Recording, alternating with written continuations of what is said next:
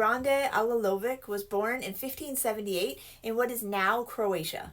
He worked as a stonemason and had a wife named Ivana and two children, Anna and Nikola. In 1656, Jure became ill and he passed away at the age of 78. Everything about his life and death seemed normal until that night. Starting with the night Jure was buried, people in the village said that he would show up at their house at night knocking on the door. And whoever's house he knocked on, somebody in that house would typically get really sick or pass away. He would also go back to his family's home and torment his wife Ivana.